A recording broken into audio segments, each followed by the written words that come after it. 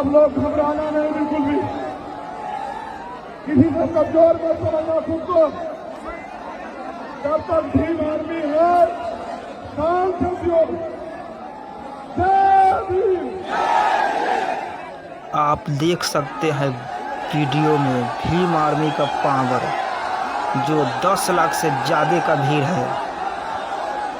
ये देखकर आरएसएस और बीजेपी को दिल के धड़कनें बढ़ जाती है। यही उन लोग का बात पचता नहीं है। इसीलिए मनुवादी विचारधारा के लोगों ने भाई पर अटैक करवाता है।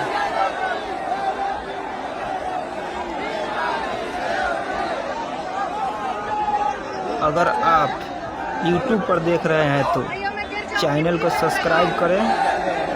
अगर फेसबुक पर देख रहे हैं तो चैनल को फॉलो करें। अब वीडियो को ज़्यादा से ज़्यादा शेयर करें।